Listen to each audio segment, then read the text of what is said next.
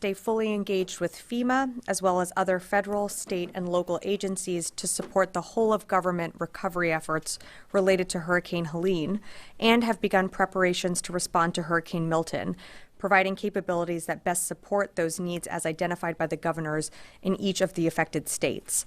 As previously mentioned, in North Carolina, we've deployed over 1,500 active duty soldiers helping with emergency route clearance, rotary wing search and rescue, and the delivery of food, water, and other needed resources to residents in the hardest affected areas in western North Carolina.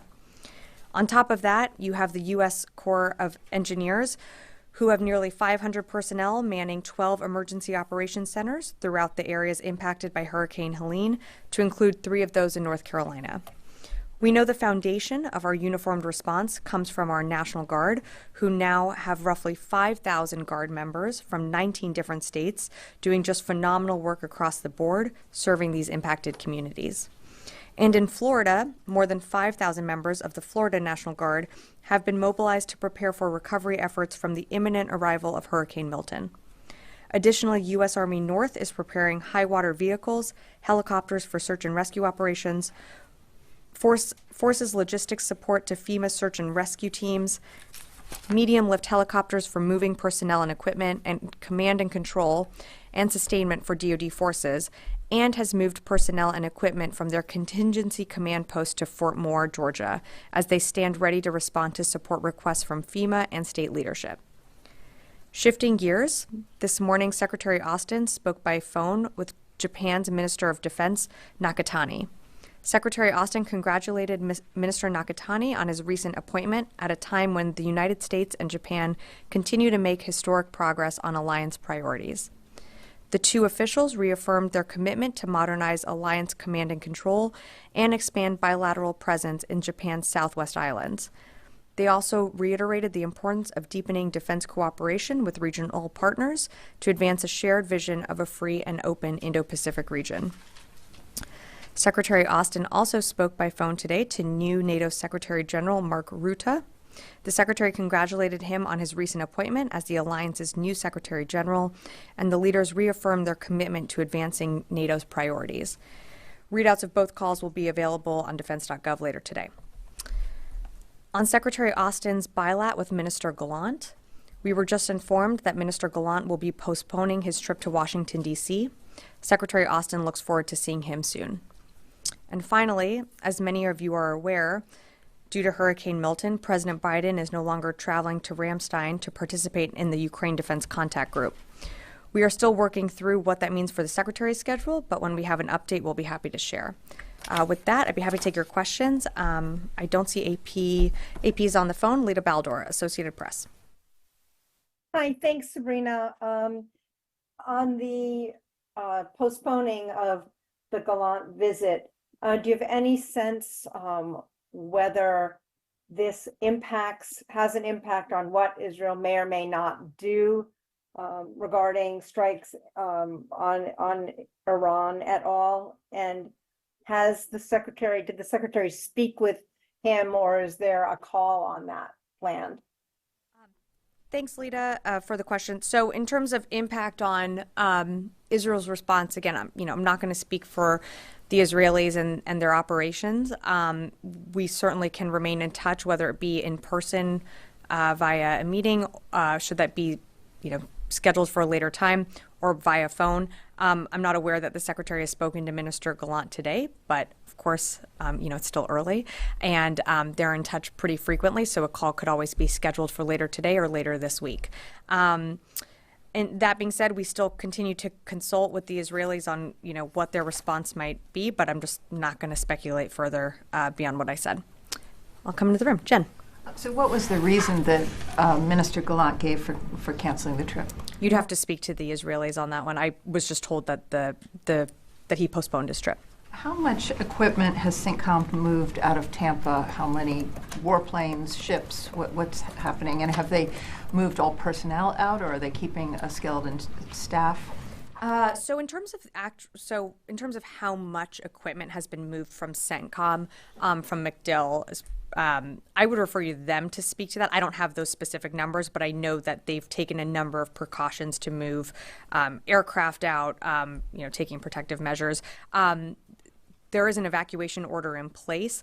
I believe there will be, only essential personnel needed at the base during this time. But for the most part, I think most folks are, following those orders and leaving the affected area. Can the ops center stay open and function if there's a massive hurricane? Is it protected? And what impact will it have on U.S. operations in the Middle East in the coming days? So in terms of operations in the Middle East, I do not anticipate any impacts to forces and, our operations in the Middle East. They're going to continue to be able to conduct those missions. In terms of how the Ops Center will be able to operate, I'd really refer you to CENTCOM to speak to that. I just don't have that level of detail from here. Warren, did I see you? Yeah, two questions. You say you don't have a readout of a call today between Secretary Austin and Minister Galant. Do we expect the pace of calls to continue as it has? And is there something the Secretary wanted to convey to Galant in person that cannot be conveyed in a phone call? Meaning, in other words, will the in-person meeting simply turn into a phone call now that it's delayed? And do you have any sense of how long it's being delayed?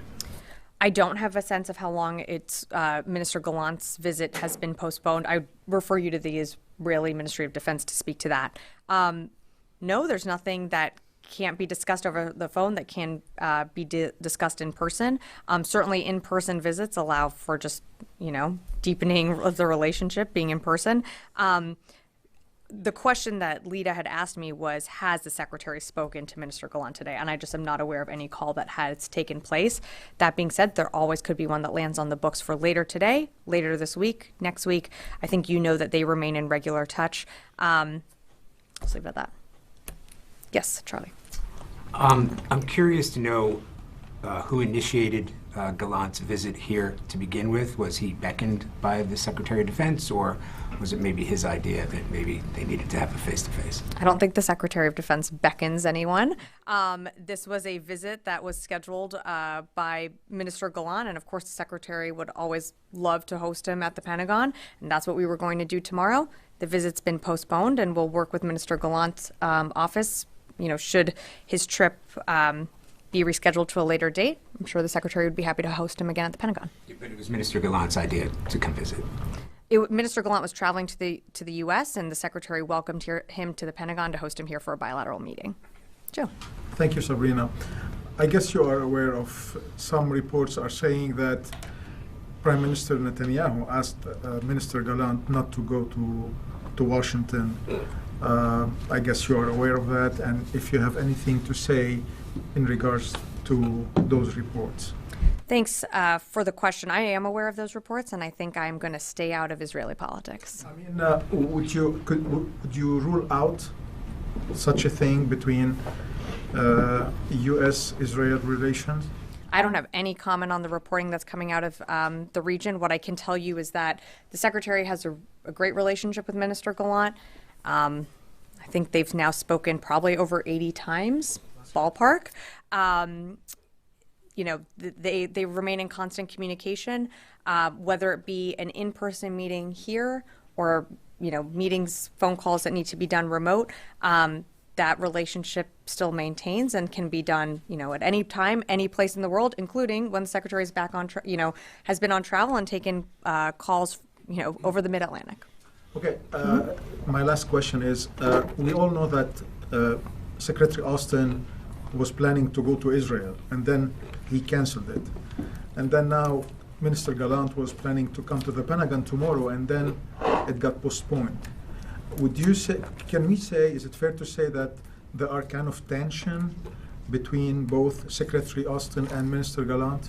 No, to the contrary. I would push back on that. I don't think there's tension. I don't think, you can have frank, you can have direct conversations with your friends. You're not always going to agree on everything, but that doesn't mean that there's tensions. I certainly wouldn't read into anything there. Another question. On the same page. Can we say that? Could you expand on what you mean by they're not on the same page? I mean, in regards to, let's say, in regards to how Israel is going to strike back on Iran. What I will tell you, Joe, is that we are talking to them about their response. I wouldn't read too much into that, other than that's all I'm going to be able to say at this moment. Fadi. So thank you, Sabrina. You said you were going to stay out of Israeli politics. Yeah. Are Israeli politics getting in the way of your consultation with the Israelis on the potential response to Iran? And I'm asking this question because any response by Israel, whether in Lebanon or Iran, as you said, or Pentagon officials, will have an impact on U.S. forces and U.S. interests in the region. Mm-hmm. So in terms of the question on the Minister Galant's visit, I've seen the reporting coming out of the region. I just don't have anything to add to that, and I don't have anything to add additional comments on. In terms of a response from Israel to Iran, it's something that we're, continuing to hear from them, understanding that, they are also thinking through how they're going to respond, but I'm just not going to speculate on what a response might look like. Okay, and a follow-up. At this moment, with the tensions, what's happening in Lebanon, what's happening in Gaza in terms of the renewed Israeli offensive, northern part of the Strip, tension between Iran and Israel. Does the Secretary think it is helpful for the Israelis to postpone Galant's visit? What does that have to do with tensions? Is it helpful to postpone Galant's visit to the Pentagon? Was he going to?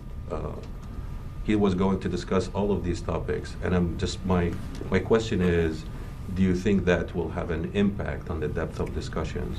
No, it's not going to have an impact. We have a phone. We've spoken, the Secretary has spoken to Minister Galant, I think, probably more than 80 times. Don't, quote me on that. Although I'm saying it from a podium, so I guess you can.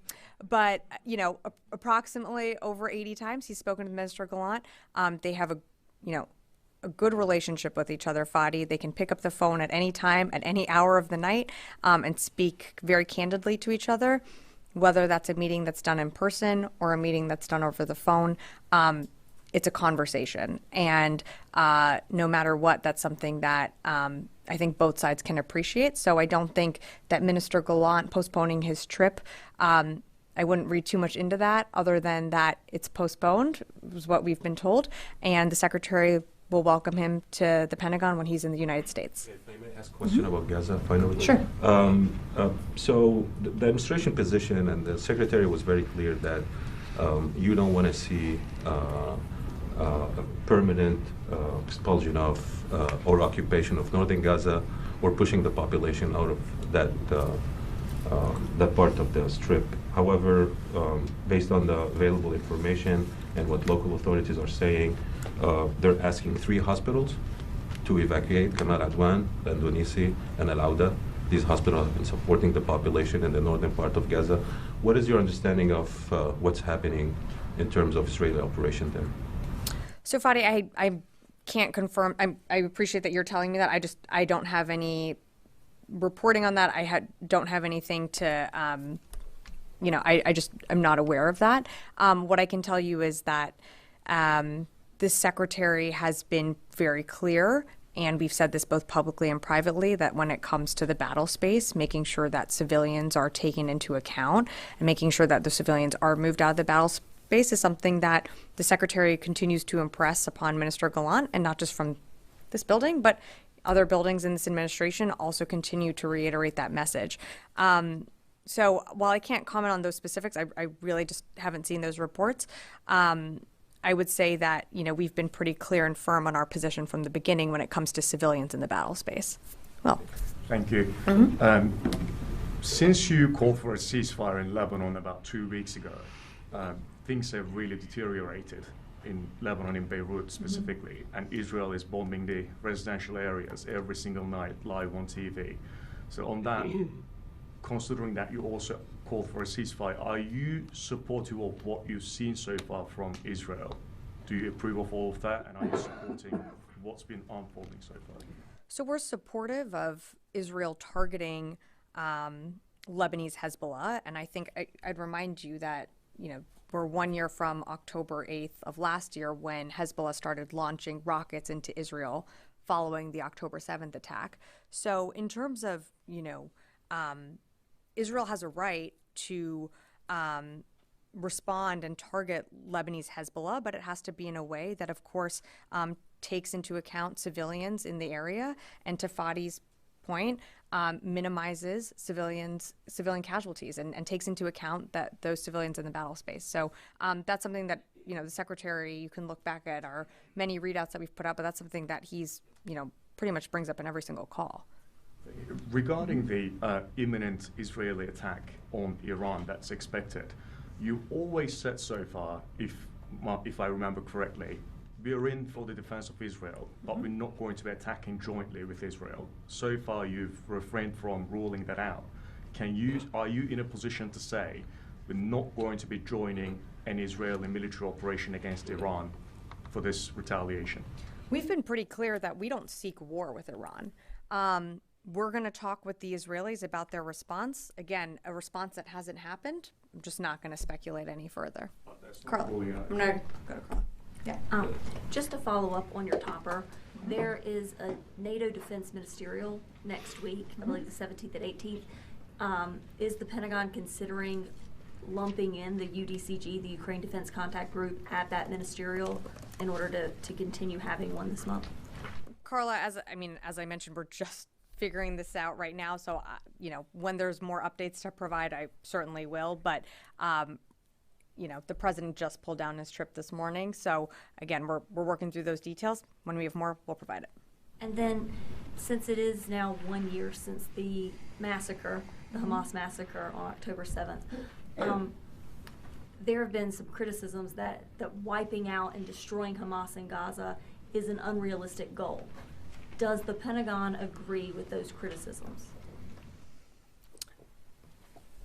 I'm sorry, going after Hamas in Gaza, we've been pretty clear that Israel has an absolute right to, in terms of defending itself, going after those terrorists that attacked Israel and killed innocent civilians, over a year ago now. How success is defined, that's something for Israel to really define, and that's not something that the United States can define. But they have every right to continue to go after Hamas, that we know continues to operate in Gaza, continues to hold hostages that haven't been able to come home for more than a year now, and continues to put innocent Palestinians in harm's way by embedding in civilian infrastructure. Israel also must make sure that they're protecting civilians as they prosecute their campaign against Hamas. Janie. Thank you, Sabrina. Two questions.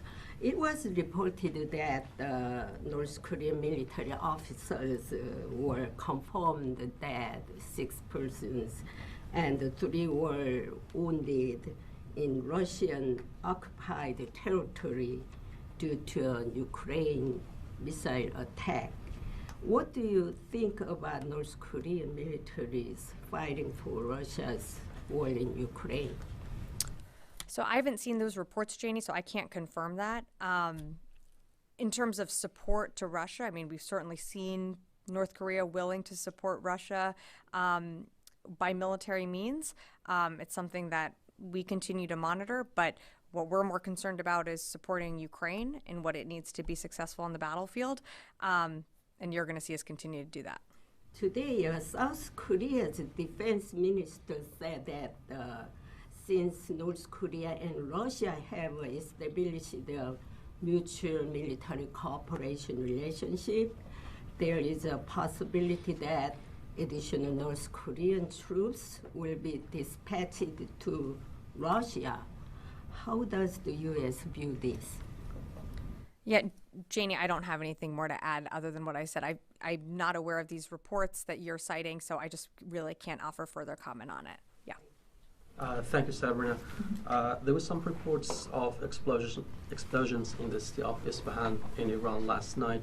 Do you have any sort of understanding whether it was a military exercise or it was a retaliatory attack by Israel? I'm not tracking that was any type of retaliatory attack, but I don't know what those explosions were, so I just don't have anything more to add to that. And are you with your Israeli partner still assessing a response to Iranian attack? Yes, I think we are still, I have said this pretty clearly from a few folks that have asked in the room, but we're still talking to them about their response. I'm just not going to speculate further on what that might look like. Lastly, nowadays Iranian proxies in Iraq frequently attack Israel. I mean, they launch drones and missiles toward Israel. Do you think they shifted their strategy from attacking U.S. personnel and attacking Israel? I'm sorry, was the first part of your question on groups in Iranian proxies in Iraq and Syria? They frequently, launch drones towards Israel. And do you think they changed their strategy to attack Israel rather than U.S. personnel in Iraq? I think we've seen them attack, whether it be U.S. forces or try and launch attacks towards Israel pretty much from the beginning. I can't speak for their strategy. I'm certainly not going to speak on behalf of those groups. But we've seen this type of behavior pretty consistently from the beginning. And what you've also seen us do is continuing to engage and shoot down, whether it be missiles or drones that are launched, whether it be from Iraq or Syria. Our forces have shot those down before and will continue to do so in our self-defense and also in Israel's. Yeah. Is there any discussion between this building and the Iraqi government over the Iraqi militia group's involvement into this conflict? We saw the Iraqi Prime Minister send a public message to President Biden, and he was talking about to shielding Iraq from this conflict. So is there any discussion between you and the Iraqi government to rein these groups and to make Iraq stay away from this war? I don't have any conversations to read out from the secretary, but we're certainly always in touch with our Iraqi counterparts. Something that, what you've heard us say from, since these attacks started launching on October 17th was that we would take measures to defend our forces. That's what we're going to continue to do. And we're going to keep saying that both publicly and privately because we will take defensive measures if we are attacked. Another question on Iraq. ISIS has increased its activity in Iraq, especially in disputed area between the Kurdistan region and Iraq. On Wednesday, in an ISIS ambush in Kirkuk killed 4 Iraqi soldiers. So what's your latest assessment on ISIS threats, and do you think the conflict in the Middle East has any impact on the resurgence of ISIS in Iraq? The conflict, the regional tensions, of course, are going to have an impact on how groups calculate and consider their attacks, whether it be on U.S. forces or other governments in the region. The threat of ISIS has certainly evolved from what it was, 10 years ago. Today, that threat looks different, which is why you've seen us change our relationship and the involvement from the global coalition to defeat ISIS. The military arm of that is changing to a bilateral security agreement with the Iraqi government. That is a phased approach. It's going to take time. During these conversations, no one is under the impression that ISIS isn't still a threat in the region. It's how that threat has changed over the course of time. So yes, acknowledging that ISIS still remains a threat, and that's why you have U.S. forces that are partnered with Iraqi security forces to defeat that threat of ISIS and to ensure their defeat going forward. Yeah. Thank you, Sabrina. I will go back to Mr. Galant's visit issue. Despite that, you mentioned that you have good communication with them, and 2 ministers, they call each other very often. The secretary declared that he caught off guard when they killed Hassan Nasrallah. So, given the sensitivity of these times that Israel could attack Iran and other issues on the table, are you confident that you won't be caught off guard again under these circumstances? We're confident that we're going to continue to engage the Israelis, whether it be here in person at the Pentagon or over the phone. Again, when it comes to their response, I'm just not going to speculate any further. Nancy. I had 2 questions. Sure. Israel conducted strikes in a suburb in Damascus. Was the U.S. in any way involved in those strikes, providing any support? I'm sorry, I'm not tracking the strikes, so I just don't have more to provide at this time. And then there were intercepts conducted by the U.S. during Iran's ballistic missile attack on Israel. Do you have an update on how many of those were successfully able to stop missiles from reaching Israel?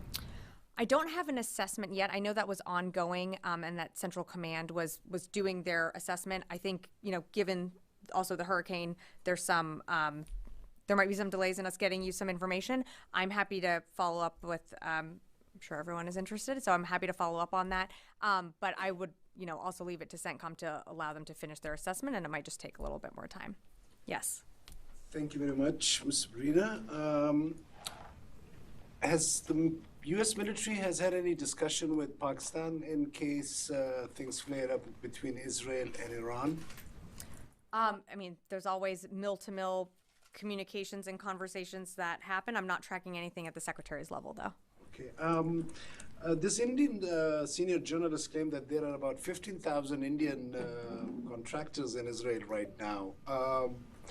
Do you think having more of these contractors would have decreased the number of children and innocent people killed in Gaza if this approach of ground troops was decided in the early days?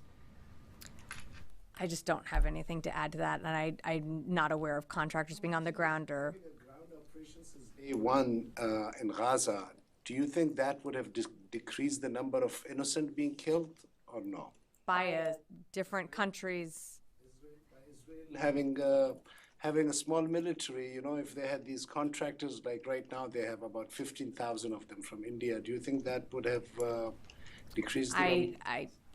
I just can't speculate on the past, and I'm not aware of, contractors and how that would play into the approach. Again, for Israel's operations and how they're conducting their own operations, whether it be in Gaza or on the border, I'd refer you to Israel to speak to that. Just last question. Just right now, I'm coming from the State Department. My colleague Rita had asked Matt this question that 23 years ago, the U.S. went to Afghanistan because of Al-Qaeda. And today there are reports that Al-Qaeda is again growing in that region. I have raised this question. I've been raising this question for a year now. Pakistan and the U.S., Afghanistan and the U.S., Afghanistan and Pakistan foreign offices are now even having tussle with each other. In the midst of all this, is the Pentagon taking this at all serious that Al-Qaeda is growing to a strength where over the horizons operations might not be enough to tackle this challenge? We certainly take it seriously. We remain incredible capability in the region, which, as you mentioned, include over the horizon capabilities. Don't have more to add. Jared, did you have something? Yes, I want to clarify something at the topper. You mentioned the DoD was just informed of the defense minister's postponed visit. Did the I'm not going to give you an exact time. No, but did the Israeli Defense Ministry contact DoD officials and confirm that, or did you guys learn that from press reports? We were contacted by the Israeli Ministry of Defense. Okay. And then I just wanted to ask, so the department, do you expect to be informed ahead of the, you mentioned the conversations will continue. Do you expect to be informed of the nature and the timing of the strike or the retaliation against Iran before that occurs? Appreciate the question, Jared. Again, we're in constant communication with the Israeli government at different levels, including the Secretary to Minister Galant. We're going to keep talking to them about their response. I'm just not going to be able to get into more details beyond that. Brad. Yeah, thanks. Just one question. So now that Israel is operating inside of Lebanon and Israel and Iran are basically trading strikes, are we in that wider war that you've been trying to prevent, or do you still assess that it's contained? We still assess it as contained. What we are seeing is limited operations on that northern border to clear that Hezbollah infrastructure to allow Israeli citizens to get back into that northern area. This has not spread out into a wider regional conflict. I understand the implication of your question, but it still has been contained to Gaza. They still have a right to conduct operations against Hezbollah, which a year from today, looking back, Hezbollah started launching rockets towards Israel. So yes, our assessment is that this conflict still remains contained, and we are doing everything from our perspective to ensure that it does remain contained and that the message of deterrence is still sent far and wide. And that's why you've seen us rotate out different carriers through the region, we still have the ARGMU in the Eastern Mediterranean. We have flown in different capabilities. We have a lot of power in the region, and we will use that if needed to protect U.S. forces. And should we see another attack from Iran, we will also come to the defense of Israel. Previously, you were saying if it moved into Lebanon, it would be a wider war. You were trying to prevent that.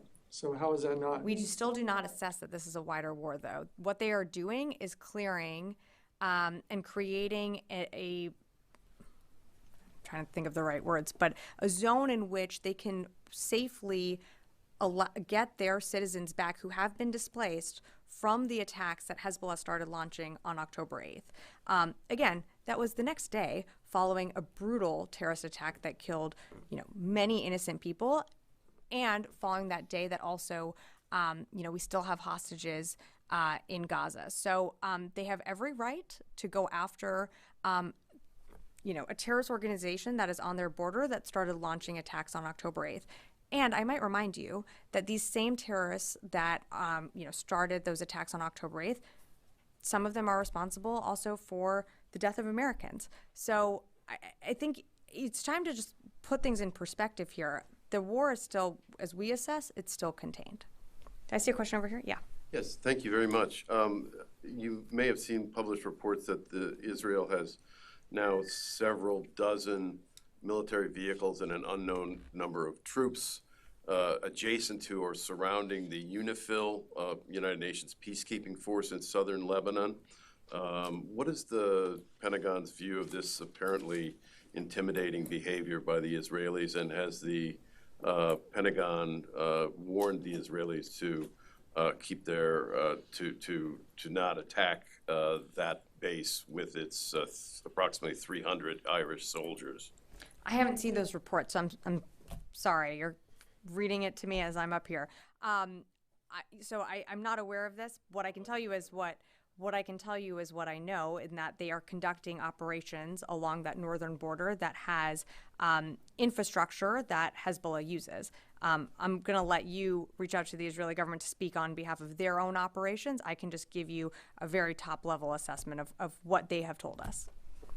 Yes, in the back. Are you tracking any reports by Hezbollah that credible threats that they would attack deeper into Israel? And if so, is there any reaction or thinking about that?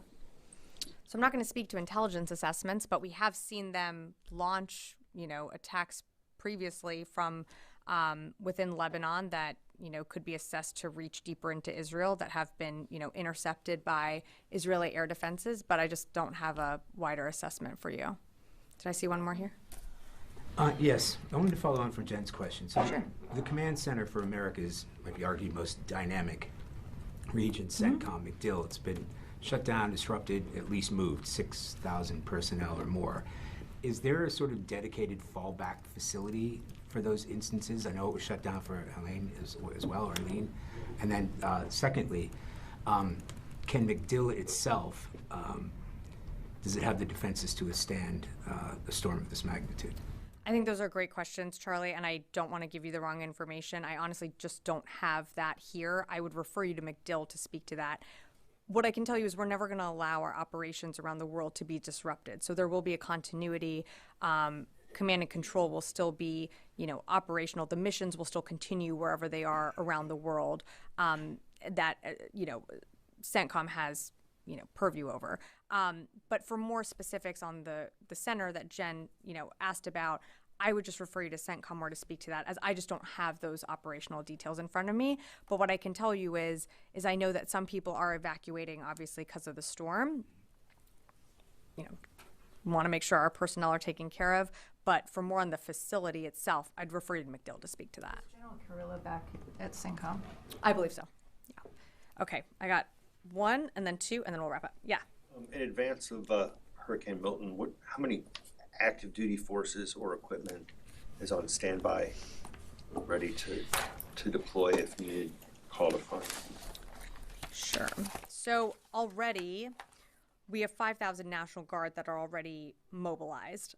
In terms of Hurricane Milton, there's already been preparatory action that's been taken that I sort of read out at the top, but we have pre-positioned helicopters for search and rescue operations. We have high water vehicles for search and rescue and commodities distribution. There are personnel to help with logistics support and additional search and rescue operations. So we're doing things that, or the National Guard, I should say, is doing things to be in place and to be ready to support, almost immediately. And for more, I'd refer you to Florida to speak to that. Fadi, last one. In terms of putting things in perspective, the UN and Lebanese authorities just, are saying 1,500 Lebanese civilians have been killed only in the last 2 weeks since this Israeli operation started. 1.2 million of the population are displaced, which is almost a quarter of the population. Israel yesterday issued new warnings, basically laying siege to Lebanese waters from the Awali River to the south, which is 60 kilometers deep.